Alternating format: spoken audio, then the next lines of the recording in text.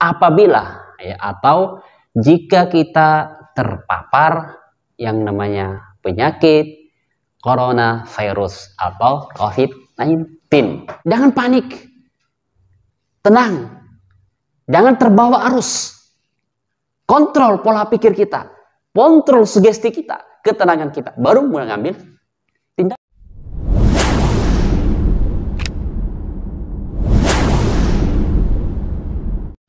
Assalamualaikum warahmatullahi wabarakatuh. Para pencinta herbal, praktisi herbal, dan praktisi terapis yang sama-sama berbahagia. Alhamdulillah, kita kembali lagi berjumpa di channel Cerita Cinta kita, Herbalis Abu Qatada. Pada kesempatan kali ini, kami ingin sedikit mengurai penyakit ataupun keluhan-keluhan yang ada, yang kita alami di saat sekarang ini.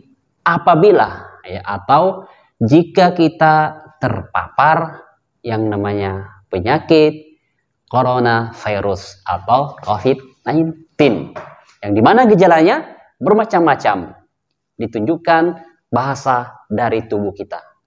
Namun dari konteks itu kita akan memberikan sedikit beberapa solusi untuk penanganannya. Perlu diketahui pemirsa sekalian bahwasanya pada saat kita terinfeksi ataupun terpapar ini bertingkat-tingkat, ada beberapa jenjang. Misalkan ada yang ringan, ada yang biasa, dan mungkin ada yang sedang, dan bahkan hingga ke posisi yang berat. Sebelumnya sudah kita jelaskan antara terpapar dan terinfeksi, dibedakan posisinya. Kalau hanya sekedar terpapar, mungkin gejalanya ringan, ataupun sedang.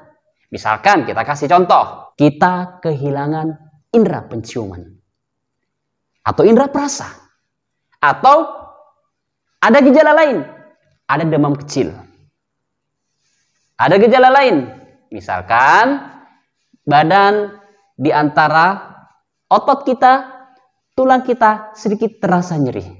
Mungkin itu gejala ringan, atau mungkin bahkan dikatakan juga gejala biasa. Cara pengenangannya seperti apa? Jangan panik, tenang, jangan terbawa arus. Kontrol pola pikir kita, kontrol sugesti kita, ketenangan kita, baru mengambil tindakan. Jika hanya sekedar gejala ringan, gejala sedang yang kita alami, maka perhatikan cara penyelesaian atau solusi untuk mengatasinya. Maka kita sudah jelaskan pada video penjelasan yang pertama, cara atau resep meramu sendiri dengan bahan yang murah dan mudah ditemukan. Bagaimana cara meresepnya? Meramunya, ramuan tersebut kehilangan perasa dan penciuman yang khusus diminum. Perhatikan pada video yang sebelumnya telah kita sebutkan dan telah kita jelaskan. Kedua, pada saat kita kehilangan penciuman, ini ramuannya ada dua. Semuanya memiliki fungsi yang sama tapi berbeda. Yang kedua, jika kita kehilangan penciuman, di mana penciuman itu kita sama sekali tidak merasakan aroma harum dan aroma tak sedap. Bagaimana cara solusinya? Solusinya ramuannya kita buat dalam bentuk juga ramuan yang direbus dengan proses ataupun proses pengobatannya dihirup. Diingat, dihirup bukan diminum. Karena untuk yang penciuman. Bagaimana cara meramunya? Video atau ramuan yang kedua, di mana cara meraciknya dan cara meramunya silakan dipelajari. Itu tip tatkala kita merasakannya. Kemudian para pemirsa sekalian, jika kita merasakan di mana ada gejala yang berat, misalkan tiba-tiba pernapasan kita sangat terganggu dan sangat berat untuk mengatur pola pernapasan kita. Jika sangat berat, maka anjurannya boleh atau silakan mengambil tindakan ke rumah sakit untuk diberikan oksigen ataupun obat yang lainnya sesuai di dalam aturan rumah sakit. Tapi jika ingin menempuh dengan ramuan tradisional masih mampu menahan, maka silakan memperhatikan ramuan khusus secara umum tatkala kita terinfeksi. Kalau terinfeksi berarti berat. Di mana keluhannya terkadang manusia merasakan sakit yang sangat luar biasa dan pernapasan yang sangat luar biasa dan bermacam-macam gejalanya. Baik, sekarang kita lihat di dalam pengobatan ya COVID-19 ini, karena yang bermasalah yang diserang kebanyakannya pernapasan. Dan virus ini akan terus berjalan sesuai dengan waktunya, tergantung antibodi manusia. Oleh karena itu, di dalam ramuan resep herbal ini kita jadikan satu. Karena yang kebanyakan diserang adalah paru-paru, maka kita rekomendasikan tanaman khusus paru-paru ataupun gangguan pernapasan. Baik, gangguan pernapasan. Ramuan yang pertama yang harus kita kombinasi, kita jadikan pengobatan khusus. Ramuan pertama yakni tanaman yang juga sangat terkenal di Indonesia. Yang pertama, Selaginella doyrdelini. Namanya cakar ayam.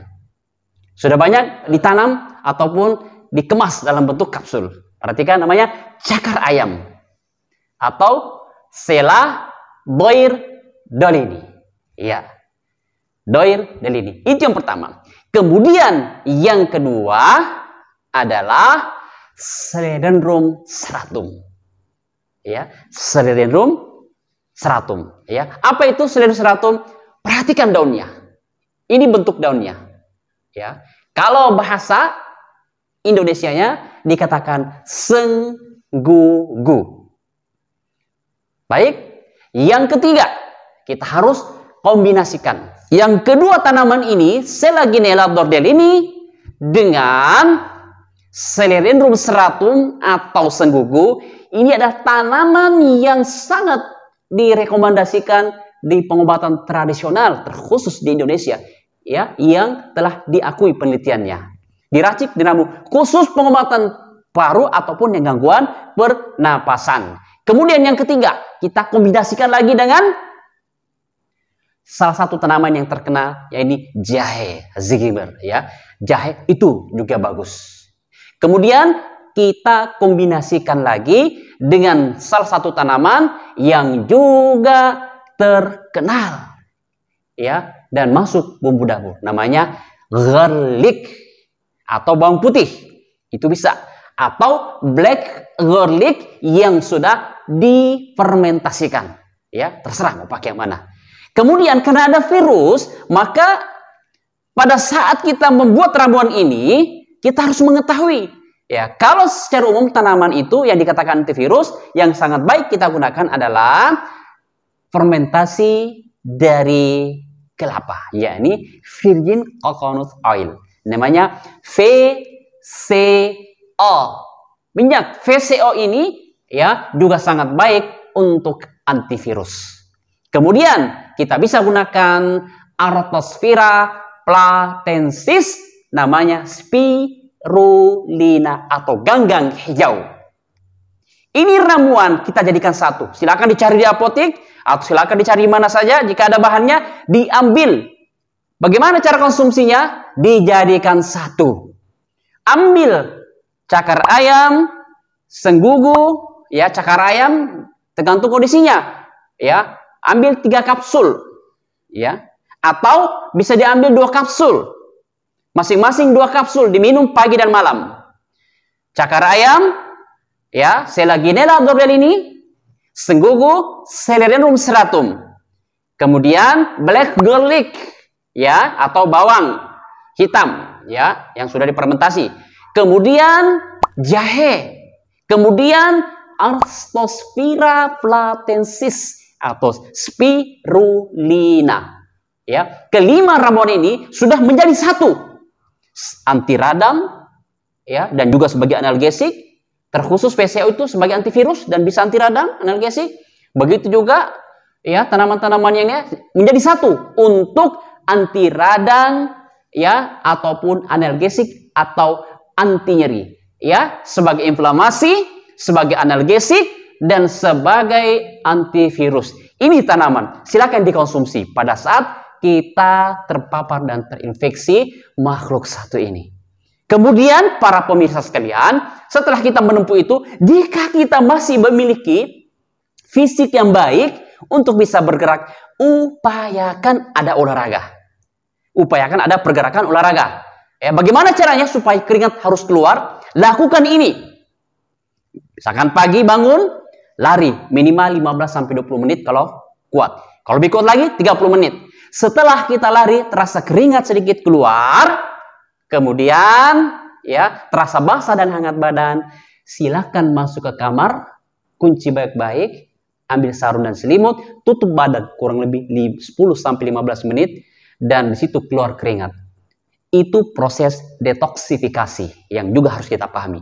Dengan adanya keluar keringat, secara tidak langsung itu racun akan keluar dan akan membentuk antibodi. Lakukan bisa pagi atau dan sore.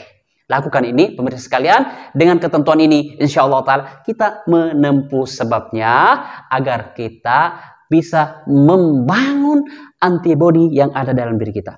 Dan jangan lupa, ingat bahwasanya pada kita terpapar ataupun terinfeksi, jangan panik, jangan bingung, bawa dengan rileks dan santai, dan menempuh sebab yang telah kita sebutkan pada penjelasan tadi. Ini pemirsa sekalian, para pencinta herbal yang sama-sama dimuliakan oleh Allah Subhanahu wa taala. Jika kita terpapar ataupun terinfeksi dari makhluk ini, silakan menempuh sebab sebagaimana yang telah kita sebutkan tadi. Mudah-mudahan bisa bermanfaat untuk kita semuanya. Assalamualaikum warahmatullahi wabarakatuh.